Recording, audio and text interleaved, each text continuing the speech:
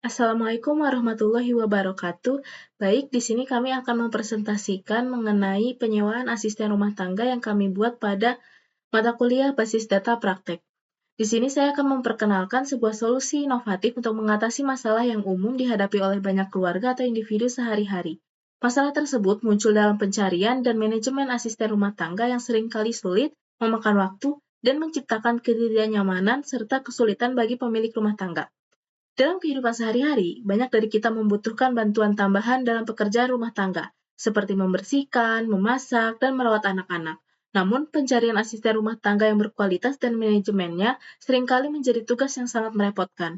Untuk mengatasi masalah ini, kami memperkenalkan aplikasi asistenang yang didesain untuk memberikan kemudahan dalam mencari, memanggil, dan mengelola asisten rumah tangga dengan efisien.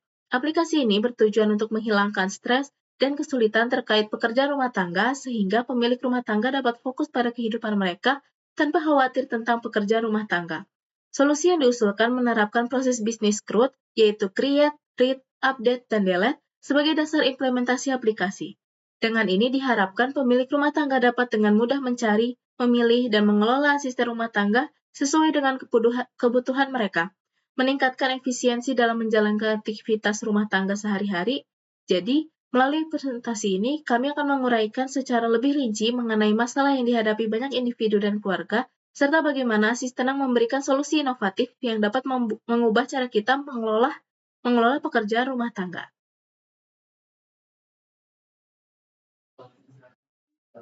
Untuk ruang lingkup dari studi kasus penyewaan asisten rumah tangga ini, yang pertama, ada fitur-fitur utama yang dibuat, meliputi pendaftaran penyewa baru, manajemen data penyewa, manajemen alamat, manajemen pembayaran, manajemen asisten, dan pemantauan asisten populer.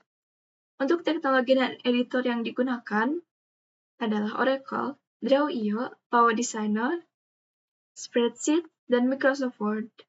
Lalu, untuk ruang lingkupnya, pada pendaftaran penyewa baru, terdapat create, read, dan update. Pada manajemen data penyewa, terdapat read, update, dan delete.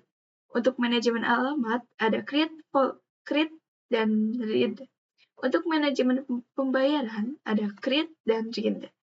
Untuk manajemen kontrak, ada create dan read. Untuk manajemen asisten, ada create, read, dan update. Untuk pemantauan asisten yang populer, ada read, waktu, lokasi, dan bulan. Baik, di sini saya akan membahas implementasi beberapa bisnis rule yang krusial pada sistem kami. Yang pertama, email yang dimasukkan saat registrasi harus email yang belum pernah didaftarkan.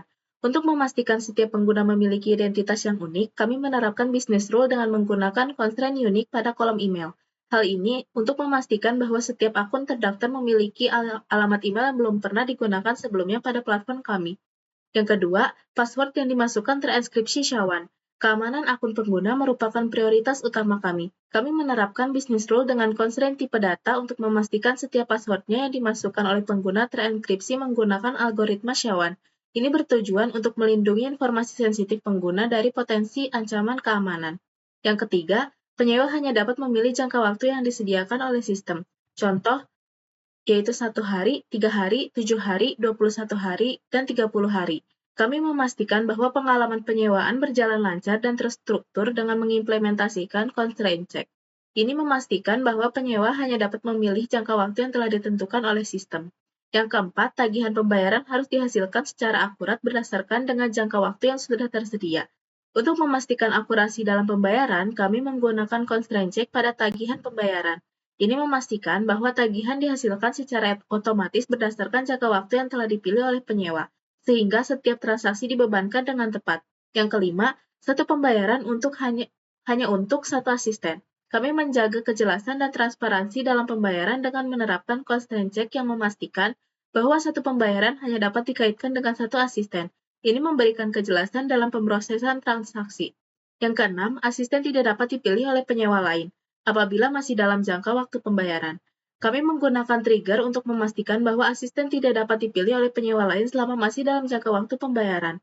Ini membantu menjaga kestabilan dan kontinuitas kerja asisten yang sudah dipilih. Yang ketujuh, Asisten tidak dapat dipilih oleh penyewa lain apabila sudah melakukan pembayaran hingga masa sewa berakhir. Demi kenyamanan penyewa dan kestabilan asisten, kami menerapkan trigger tambahan yang menghindari pemilihan asisten oleh penyewa lain selama asisten tersebut sudah melakukan pembayaran dan masih dalam masa sewa. Yang kedelapan, jika melakukan pemilihan asisten, dilakukan validasi terlebih dahulu ketersediaan asisten tersebut. Untuk memastikan ketersediaan asisten, kami menggunakan constraint check pada saat pemilihan. Ini memberikan jaminan bahwa setiap asisten yang dipilih tersedia dan dapat memenuhi kebutuhan penyewa. Yang kesembilan, jika ingin memilih asisten lain pada waktu yang bersamaan, penyewa harus sudah menyelesaikan pembayaran pada asisten yang dipilih sebelumnya. Ini untuk memastikan bahwa setiap pergantian asisten pada waktu yang bersamaan mematuhi aturan dengan menerapkan constraint check, sehingga penyewa harus memastikan pembayaran pada asisten sebelumnya sebelum memilih asisten baru. Dengan mengimplementasikan aturan bisnis ini, kami berharap dapat menciptakan pengalaman pengguna yang aman, efisien, dan terstruktur pada platform kami. Baik, di sini saya akan menjelaskan mengenai entity relationship diagram mengenai aplikasi kami. Yang pertama ada penyewa. Penyewa memiliki relationship teralokasi dengan asisten. Penyewa dapat memiliki banyak asisten. Jadi, banyak penyewa dapat melakukan alokasi banyak asisten juga. Lalu, entitas penyewa dan asisten ini dibungkus oleh agregasi. Mengapa dibungkus oleh agregasi? Dikarenakan agar relationship dari entitas lain tidak perlu disambungkan ke dua entitas tersebut. Jadi intinya agar tidak membuat ERD-nya terlalu ribet dikarenakan banyaknya relationship. Lalu ada pembayaran, satu penyewa dapat melakukan satu kali pembayaran. Lalu satu penyewa juga dapat memiliki satu alamat. Satu alamat dapat memiliki satu kecamatan, banyak kecamatan dapat memiliki satu kota, banyak kota dapat memiliki satu provinsi. Sebelum menjelaskan physical data model, saya akan menjelaskan terlebih dahulu bagaimana konseptual data modelnya. Untuk konseptual data modelnya sendiri, mirip seperti ERD-nya. Yang membedakannya adalah saya menggenerate hasil many-to-many antara penyewa dan asistennya sebagai penyewa underscore asisten. Penyewa dan underscore asisten ini di-generate sebagai entity terlebih dahulu untuk menyambungkan ke alamat dan menyambungkan ke pembayaran juga. Lalu, setelah di-generate ke logical data model, muncul juga foreign key yang turun kepada entitas yang bersangkutan. Seperti pada entitas penyewa yang menurunkan ID penyewanya kepada penyewa underscore asistennya. Dan juga seperti kota ke kecamatan yang hubungannya one-to-many, ID kota turun sebagai foreign key kepada kecamatan. Lalu untuk physical data modelnya, physical data model memang tidak ada nama relasinya, tapi di sini bisa menunjukkan gitu siapa parents-nya. Seperti penyewa asisten yang menunjuk asisten, karena penyewa asisten ini parents-nya dari asistennya. Juga seperti dari kecamatan yang menuju kota. Kota itu parent dari kecamatannya. Okay. Untuk penyewa asisten dan alamat itu, kenapa tidak ada panahnya? Sebenarnya dari mulai terlihat gitu. Saat LDM-nya, alamat tidak menurunkan foreign key-nya kepada penyewa asisten. Padahal sudah disambungkan. Jadi ID alamatnya di-generate. Jadi ID alamatnya ditambahkan secara manual. Saya sudah berkonsultasi kepada dosen mengenai masalah ini dan tidak apa-apa meskipun tidak sebagai foreign key di Power Designer-nya. Baiklah, selanjutnya saya akan menjelaskan mengenai kamus data. Dari kamus data sendiri, kami ada total 8 kamus data dari penyewa, asisten, alamat, provinsi, kota, kecamatan, penyewa asisten, dan pembayaran. Dari tabel penyewa sendiri memiliki deskripsi menyimpan data penyewa. Jadi data penyewa akan diletakkan di sana semua. Isi-isi kolomnya yaitu ID penyewa, nama penyewa, email, dan juga password. Untuk tabel asisten akan menyimpan data asisten dengan nama kolomnya ID asisten, nama asisten, layanan, jenis kelamin, ketersediaan, dan kota. Untuk layanan, yaitu layanan yang bisa atau akan dilaksanakan oleh asisten. Dan ketersediaan adalah status ketersediaannya, kota adalah wilayah kerja dari asisten tersebut. Alamat. Di tabel alamat ada kolom ID alamat, nama alamat, kode pos, alamat lengkap, ID kecamatan, dan ID penyewa. Kemudian di tabel provinsi ada ID provinsi dan nama provinsi. Untuk tabel kota ada ID kota, nama kota, dan ID provinsi. Untuk tabel kecamatan ada ID kecamatan, nama kecamatan, dan ID kota. Kemudian ada juga penyewa asisten. Penyewa asisten di sini tabel yang akan menampung untuk orderan yang akan dilakukan dan belum digenerate kode pembayarannya. Berisikan ID pilih, ID penyewa, ID asisten, ID alamat, tanggal awal sewa, dan pilih paket. Selanjutnya ada tabel pembayaran. Tabel pembayaran ini tabel yang dari tabel penyewa asisten tadi yang sudah di-generate kode bayarnya. Berisi kolom yang ada adalah kode bayar, ID pilih, ID penyewa, ID asisten, ID alamat, nominal, jenis pembayaran, dan batas bayar.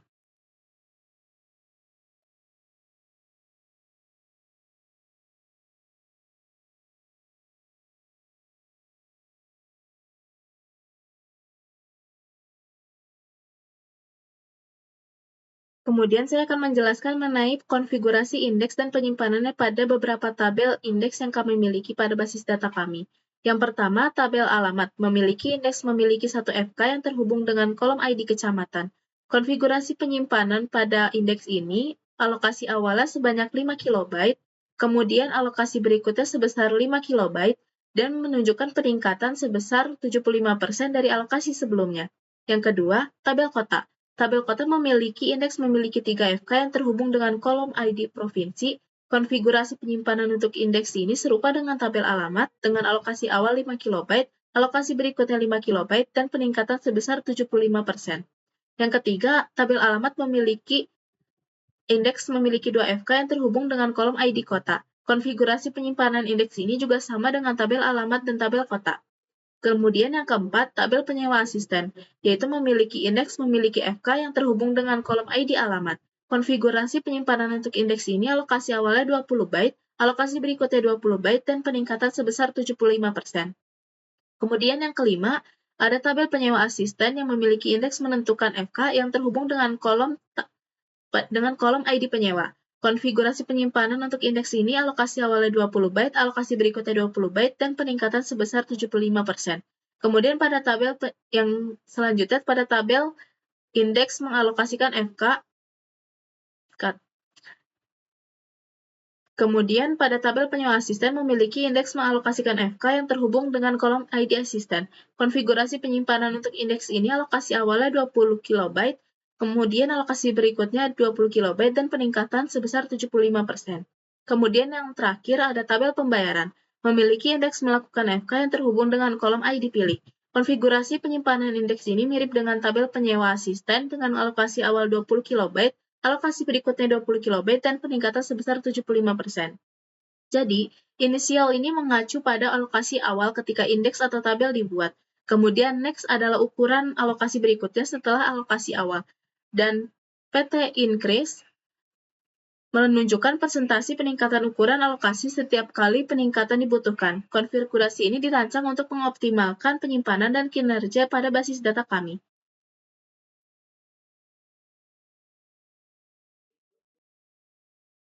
Ada 2 trigger dalam studi kasus ini. Yang pertama, trigger untuk mengubah ketersediaan menjadi tidak tersedia, yaitu ketika penyewa berhasil memilih asisten yang diinginkannya, maka status ketersediaan asisten pada tabel asisten yang asalnya tersedia menjadi tidak tersedia. Trigger ini dilakukan setelah insert pada penyewa asisten. Pada penyewa asisten, terdapat sebuah primary key yang bernama ID pilih. Ketika ID pilih ini dilakukan insert, maka trigger akan berjalan. Yang berikutnya adalah trigger untuk mengubah ketersediaan menjadi tersedia. Jadi setelah proses sebelumnya berhasil, yaitu pemilihan asisten, pengguna akan diberikan waktu 1 jam dari pemilihan untuk membayar sewa asisten. Jika pengguna tidak membayar lebih dari 1 jam, maka status ketersediaan asisten yang asalnya tidak tersedia menjadi tersedia. Trigger ini dibuat jika sebelum ada insert atau update dari pembayarannya. Okay. Saya akan menjelaskan mengenai view yang saya buat, yaitu password SH1. Apa kegunaan view ini? View ini berguna untuk mengubah password dari database di enkripsi menggunakan SH1. Untuk pertama-tama, data ID penyewa, nama penyewa, email, dan password akan diambil dari tabel penyewa. Untuk password sendiri akan di-hash atau dienkripsi menggunakan fungsi bawaan dari Oracle, yaitu dbms_cryptohash dalam kurung utl_raw.cas_raw. Fungsi tersebut digunakan untuk menenkripsi data dari database. Selanjutnya ada flowchart untuk view tersebut. Flowchart ini sebagai gambaran umum, sebagai logika gambaran umum untuk logika tersebut. Selanjutnya ada view yang kedua, yaitu menghitung berapa kali seorang asisten disewa, lalu jumlah total disewanya tersebut ini akan diurutkan dari yang tertinggi atau yang terbanyak.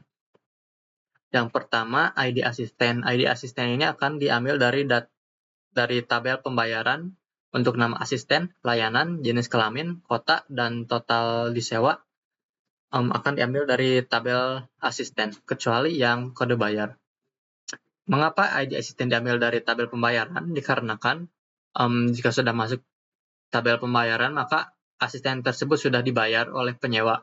Oleh karena itu, kami memutuskan untuk menggunakan tabel pembayaran untuk ID asisten. Selanjutnya akan disamakan ID asisten yang berada pada tabel asisten dan tabel pembayaran. Jika pada tabel pembayaran sudah sama ID-nya dengan tabel asisten, maka tandanya asisten tersebut sudah disewa. Selanjutnya ada flowchart untuk gambaran logika umum bagaimana fungsi atau view ini berjalan.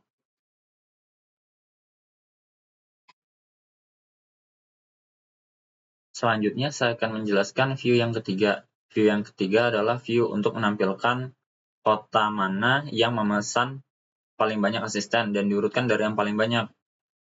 Jadi view ini berfungsi untuk penyebar luasan, mungkin tenaga kerja, mungkin lebih dibutuhkan di bagian mana.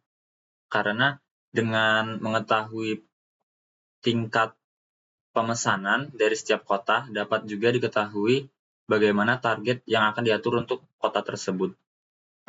Selanjutnya, saya akan menjelaskan mengenai function dan juga prosedur yang sudah saya buat.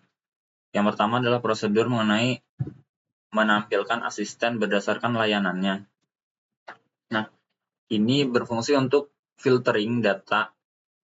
Jadi asisten mana aja yang melayani pelayanan yang diinginkan, yang tersedia.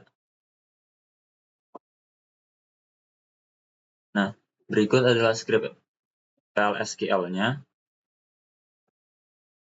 Dan berikut adalah hasilnya.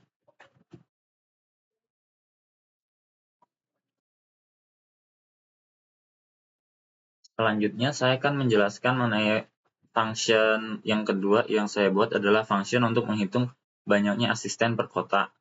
Jadi, function ini berfungsi untuk menampilkan berapa jumlah asisten yang sudah ada di kota tersebut. Berikut adalah script SQL-nya, dan berikut adalah contoh hasilnya. Jadi dia menampilkan nama kota dan juga jumlah asisten yang tersedia. Baik, di sini saya akan menjelaskan terkait penginsertan data ya maupun CRUD, tapi melalui aplikasi ya, aplikasi yang telah kami buat, bukan melalui database seperti yang biasanya kita lakukan dalam perkuliahan. Baik, langsung saja kita masuk ke lihat data penyewa. Di sini masih kosong, kosong karena memang di database-nya juga kosong. Ini kita bisa lihat ya di Oracle kosong ya, tidak ada. Sama seperti di sini, tidak ada juga. Baik, langsung saja kita lakukan insert data di sini. Insert ID penyewa 1, nama penyewa Canandra, emailnya kita masukkan canan@gmail.com. Baik, passwordnya harus unik, uppercase, lowercase, ada simbol, ada angka. Oke, kita insert data, dan di sini data berhasil diinsertkan ya.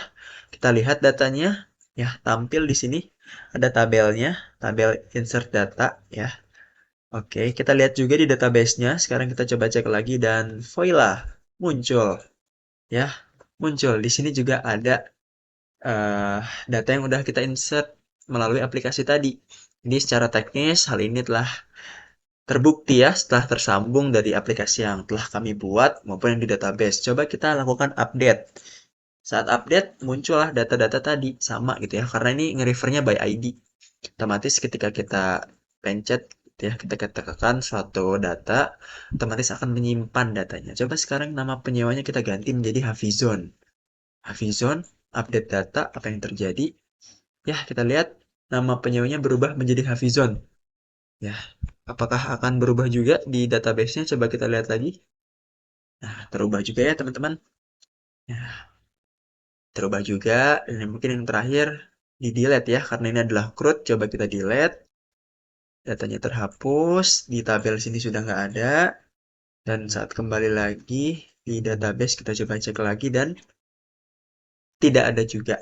Ya, berarti proses CRUD melalui aplikasi ya, tidak melalui database itu dapat kami jalankan dengan baik. Mungkin untuk contoh CRUD ini kami hanya mengambil sampel saja, yaitu dari tabel penyewa seperti itu. Mungkin dari sisi codingannya ya menggunakan sama ya, menggunakan query sama halnya pada database, akan tetapi memang dilakukan apa ya, ditampilkannya itu melalui browser gitu, sehingga kita tidak melakukan query langsung dari database. Sama ya, di sini kita select apa yang mau kita select dari database, itu kan di sini. Lalu nanti ditampilkan seperti itu. Penampilannya ini nge-retrieve datanya ya dari database-nya. Lalu nanti ditampilkan seperti ini. Mungkin cukup ya penjelasan terkait CRUD dari aplikasi.